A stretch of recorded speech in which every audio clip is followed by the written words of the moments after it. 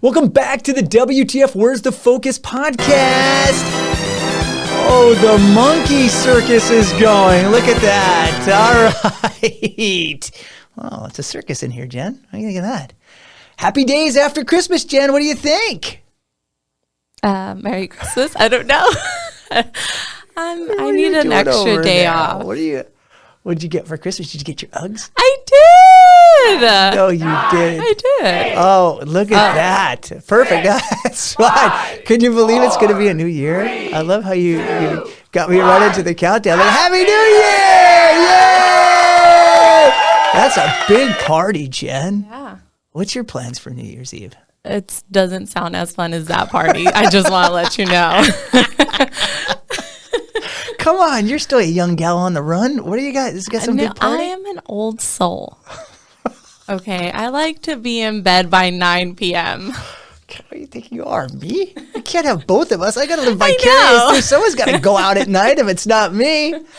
Well, it's not me either. It's E. It's him. Is it E? Yeah. He's not even here today. I know. He's taking Exactly. That's why. Probably a little too much party. He said he was under the weather. What was he doing under there anyways? If you're a subscriber, you know for the past couple weeks I've been foregoing the pre-recorded intro because it's so much more fun to have producer Jen put her on the spot to come with my intro. Because it's more entertaining since I don't tell her what to say or anything. So hit that button right there for some music. Come on, hit that right there. This is the intro to your, it'll go down, so don't worry. Yeah, okay. And intro now. Welcome back to the Where's the Focus podcast, last one for 2022. And that's all for today, folks. That's who I am. It's not even who I am. We know who you are. All right. I guess you got to go back. I guess you got to go back and listen to the other podcast to see any accolades I have. How about you Google the host and it'll tell you anything about you while you're listening to Where's the Focus. So it's been the last week of the excellent intro, though, Jen. That was really good. I put that together in 5 seconds. You could. Well, at least you got the name of the podcast right. Yeah. All right, it's the last week of the year. We're all going to start our New Year's resolutions. Better yet said, goals, right? That's what we're supposed to. What's your New Year's resolution, Jen? Can I come back to that question? You don't have it at the top of your head? I don't have anything ready, and I don't want to say like the basic, get fit and all of that. You don't want to do I want a real, true resolution. Yes. You want a deep goal. Yes. You want an achievable. Buy a house. You want to buy that? That's a New Year's. That's a goal, but that's a phenomenal goal. Yeah, that's one of my. I would like to be involved in that goal somehow, some way. Okay. All right. I'll help my people call your people. Could you? Because they're so far across this desk that's what it is in the old WTF studio. So what I'm going to do, I'm going to list there's the top 10 common things, starting at 10 for the New Year's resolutions that people have. So number 10, people say they want to read more. You want to read more, Jen? Possibly. I mean, I read pretty frequently, so I don't think that's a goal of mine if I already read. All right. The next New Year's resolution, number 9, is travel more. Ooh, that's a good one. Yes. But I'm trying to buy a house, so I might have to scratch that one out. 8, spend more time with family and friends. I already do that. Okay. 7, quit smoking. I've never done that. Okay, but so scratch that one out. For the smokers, I should be number 1, but apparently it's 7. They would rather save more money and spend less money than quit smoking, which would go hand in hand, and they spend less money if they stop buying packs of cigarettes. So number 6, save more money, spend less money. Number 5, live life to the fullest. A little YOLO, isn't that what it's called for the kids these days? You know what YOLO means. I'm so proud of you. I'm one with the people, as I am. Number 5, learn a new skill or hobby. I don't have much time to learn any new skills or hobbies. Do you? Any skills or hobbies? I mean, that would be nice. It would be. I always have to Google, what are hobbies? Because I don't have one. Just hoping Google's going to tell you what you should actually like to do. All right. Number 3, get organized. That's okay. Yeah. Number 2, lose weight. Number 1, exercise more. And from doing a whole bunch of goal planning workshops over the years, diet and exercise always is number 1. I mean, everybody puts it started at the beginning of the year, which makes kind of sense. The holidays. And if anybody's like me, that you ate for the past 3 days like it was my job, I feel like I was getting paid to eat anything in sight. So when you're putting your pants on Monday, you say things just have to change. And I do think that most of us, want to commit to it and commit to the initial blast of the chicken and broccoli and the working out. And we kind of do it. The first week of January is hard to find a spot to park at the gym. You ever notice that? You go to the gym in January, the first week you can't really park. But about February 14th, which is Valentine's Day, man, there's a whole bunch of parking. And that's because it becomes difficult. And the benefit of the 45 days of the chicken and broccoli does not outweigh the pizza and cheesecake, right? I mean, or the benefits of the way you look. And that's what happens in New Year's resolutions or even writing goals. So the question I often get asked, and you probably even asked this when we were asking our questions, Jen, is how do you stay so committed and disciplined? Like how do you do that? And here it is. And some of you are getting a little closer to your speakers or you're turning your volume and ready to hear the secret to doing that. Well, here it is. It's not easy. It's not easy. I'm not wired right, but I do have some ways to keep the commitment longer term with the objective that you want. And how I try to follow this, but listen, man, I fail too. I just talked to you, I ate 3 days like it was my job. I feel bad about it, but the key is how fast you get back on track. Some of us get derailed pretty quick and think it's just over. So this week, being that it's coming up to 2023 and everybody wants to write goals, and most people do, I'm going to give the 5 tips of writing goals or how you do it for this week, which is important. So I would love everybody to listen. I mean, pull over your car and write down, but I think these are the things that are important. So if you're going to write a goal or want a resolution or however you want to call it, let's talk about the first thing. The first thing you want to do is if you're going to write it down, which I request you write it down, if it's typing or texting, just put it on writing somehow. You need to write that goal as an affirmation like you've already achieved it. So an example would be is I weigh 155 pounds. I'm dedicated to working out 6 days a week. I eat protein and green vegetables. And it's an I. I've already, you get the picture, Jen? How to write it as an affirmation? I'll work on this. Okay. This is good as an affirmation. I think it puts less pressure on it. Correct. Like you've already achieved it. So that's the first thing you have to do. So if you're going to write down whatever it is that you want to achieve this year, write it down as an affirmation. And I used, weigh 155 pounds as an easy one because fitness and exercise are one of the big lists. Next one. Next thing you have to do, number 2, is you have to write the date of accomplishment. It has to go like this. I weigh 155 pounds by March 26, 2023. Some of your goals or things that you write could be December of 31st of 2023. But your goal has to have a date. It has to have an accomplishment. It helps your subconscious with the end date. And believe me, this, dates drive destiny. I'm going to say it again, dates drive destiny. If you don't believe that, set a date to do something without even having it planned. So if you were going to have a birthday party, Jen, and said you were going to have it February 17th, and you have no plan of it, if you set the date and let people know about that date, you're going to have to figure out how to plan the party. Right? Yes. Dates drive destiny.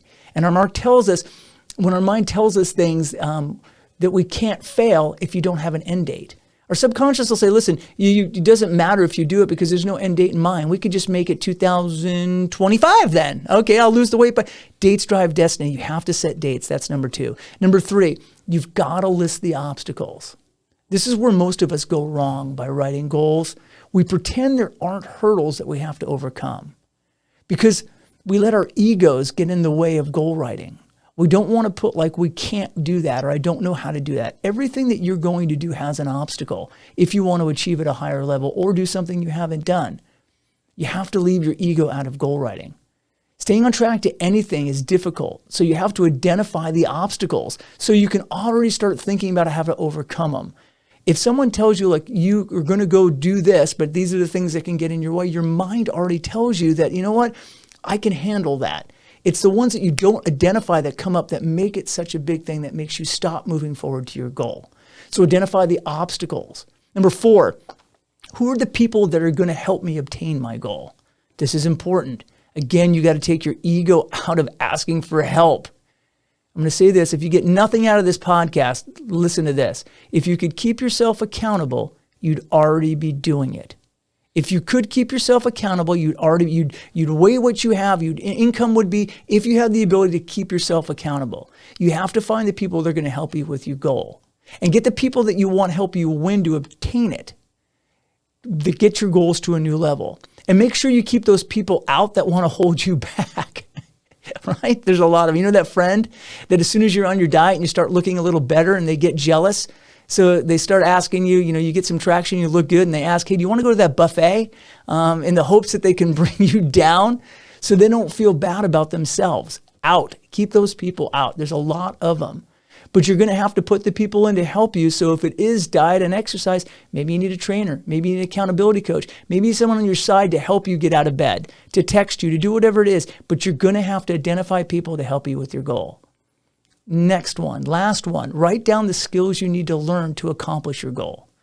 Because if it's a goal, you're going to have new skills because you're not doing it. If it's your weight and your fitness, you need to know how many calories you need to burn to how many calories you eat. It's just that, and there's many heart rate monitors and a bunch of calorie apps to help you do this. But we don't want to track it, because if we track it, then we're going to know. And if we know, we're going to know we're failing. As I said, it's hard. But the key to obtaining any goal is how fast you get back on track, because we all fall off it.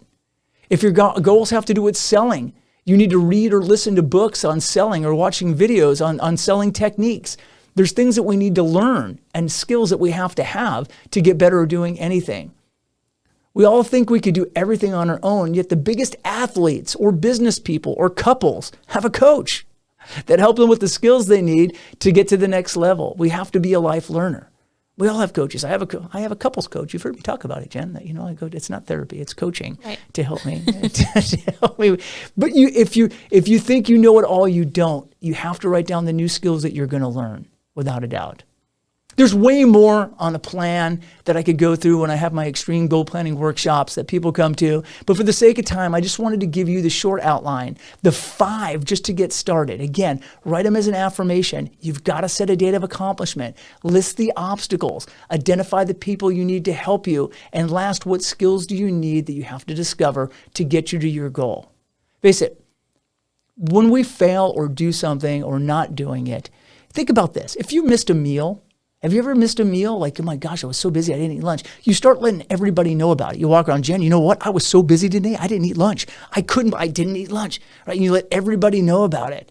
But for our own knowledge and commitment, we feel it's okay to miss. And we miss the mark, and we justify why we couldn't be done. It was cold this morning to go to the gym, Jen. You know what? I was up late last night because I drank 3 bottles of champagne. You come up with the reasons because of it. But if you were able to miss a meal, you're going to tell everybody. If you're going to miss a workout, you're going to justify it. That's the difference. That is the big difference. In life, we give ourselves an out on the things that we need to do because they're difficult. And if we get one other thing today, time is cruel to commitment. Time is cruel to your commitment. The more time you don't do it, the less likely you're going to get back on track to doing it.